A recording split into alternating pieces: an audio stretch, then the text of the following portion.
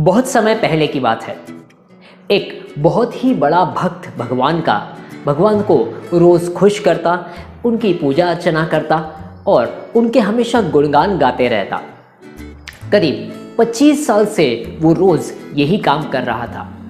एक दिन भगवान सही में बहुत खुश हुए और वो प्रकट हुए और उन्होंने कहा, भक्त, मैं तुम्हारी भक्ति से बहुत ज़्यादा खुश हूँ, बोलो तुम्हें क्या चाहिए, मैं तुम्हें एक वरदान दे सकता हूँ, तुम्हारी एक इच्छा पूरी कर सकता हूँ। और फिर उस भक्त ने कहा, बहुत बहुत धन्यवाद भगवान, आप प्रकट हुए, मुझे बहुत ही अच्छा लगा कि आप यहाँ पर आए और आपके चेहरे का तेज देखकर, आपका पूरा ये गेटअप देखकर मैं बहुत ही ज़्यादा प्रसन्न हुआ हूँ, खुश हुआ हूँ। बस मेरी एक ही इच्छा है जो आप पूरी कर सकते हैं या पूरी कर दीजिए। भगवान ने कहा, बोलो क्या एक इच्छा है तुम्हारी। और तब उस भक्त ने कहा, भगवान मुझे बस एक जीनी दे दीजिए, उस जीनी को मैं जो कुछ कहूँ वो सब वो करे। भगवान ने कहा, हाँ मैं तुम्हें एक जीनी दे सकता हूँ, वो बहुत ही ताकतवर होगा और उसके पास जो तुम कहोगे वो सब वो कर पाएगा। बट एक चीज़ याद रखो, जीनी कभी भी खाली नहीं बैठ सकता, उसे हमेशा कुछ ना कुछ काम चाहिए और अगर उसे कुछ काम नहीं मिला तो वो तुम्हें गाना शुरू कर देगा।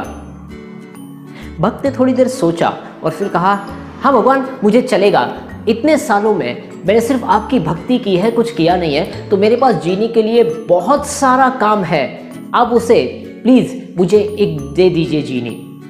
भगवान ने कहा, तथास्तु। एक जीनी आया, बहुत ही लंबा चौड़ा तगड़ा, और भगवान ने इंट्रोड्यूस करवाया उस भक्त को इस जीनी से। ने कहा कि ये तुम्हारा जीनी है, तुम जो कुछ कहोगे वो सब ये करेगा, बस उसे तुम्हें बिजी रखना है। और फिर भगवान अदृश्य हो गए। अब इस व्यक्ति ने जीनी से काम करवाना शुरू किया। उसने कहा कि मुझे घर बनाना है, मुझे पैसे कमाने हैं, मुझे व्यापार करना है, ऐसी सब चीज़ें करने के लिए उसे कहा और जीनी सब काम बहुत ही फटाफट कर देता। करीब 3-4 महीने में सब काम पूरे हो गए और अब ये जो भक्त था वो हैरान परेशान हो गया कि मैं अभी क्या उससे अगला काम दूँ, सब काम तो हो चुका है, अब वो मुझे खाना शुरू कर देगा। रोज़ वो कुछ ना कुछ चीज़ें सोचता, कुछ उसके लिए डिफ़िकल्ट टास्क सोचता और वो जीनी उसे 1-2 दिन में पूरा कर देता। उस भक्त की तबीयत अभी और भी कमज़ोर होती जा रही थी, भगवान की भक्ति करना उसने छोड़ दिया था। बस एक ही समय, एक ही विचार हमेशा उसके मन में रहता था, मैं जीनी को कैसे बिजी रखूं। अब वो भगवान से फिर से प्रार्थना करने लगा कि मुझे इससे बचाओ, और भगवान ने कहा था, मैंने तो तुम्हें पहले ही कहा था, अब तुम ही इसका रास्ता खुद निकालो। एक साधु जो हमेशा इस भक्त को देखता था, उस साधु ने कहा, भक्त तुम्हारा तो वज़न बहुत कम हो गया है, तुम्हारे चेहरे पर बहुत झुर्रियाँ आ गई हैं, तुम बहुत ही कमज़ोर लग रहे हो, क्या प्रॉब्लम है। और तब उसने सब उसकी कहानी सुनाई और साधु से कहा, साधु प्लीज़ मुझे हेल्प कर दीजिए, मैं कैसे इस जीनी को बिजी रखूं, नहीं तो वो मुझे खाना शुरू कर देगा।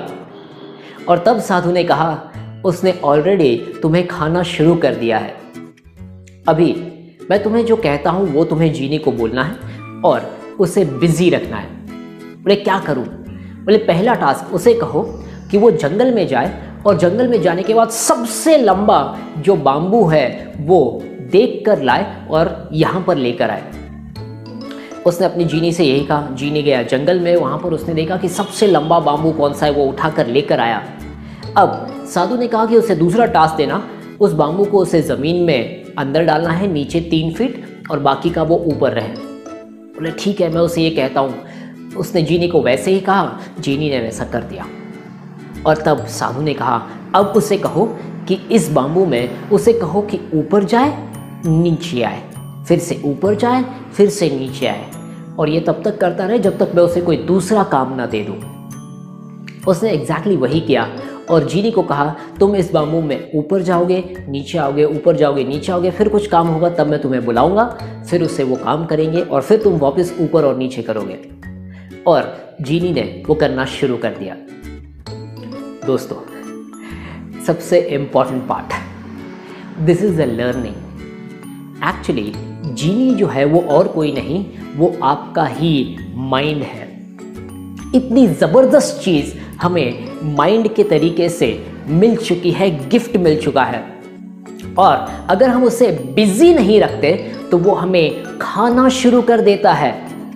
आपके साथ में भी ऐसा आपने एक्सपीरियंस ज़रूर किया है, and that is why it is wonderful कि अभी हम लोग समझ जाएं कि हमें अपने माइंड को बिजी रखना है। अगर बिजी नहीं रखेंगे तो बहुत उटपटांग हरकतें वो करने लगेगा। तो वैसे क्या वो 2 जीनी है जिसे आपको बिजी रखना है?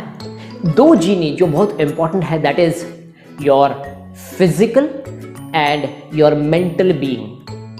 आपको रूटीन बनाना है। अगर आपकी लाइफ में रूटीन नहीं है then your life will go waste, और वो बहुत सारे ऐसे विचार करने लगेगा जिसकी ज़रूरत नहीं है।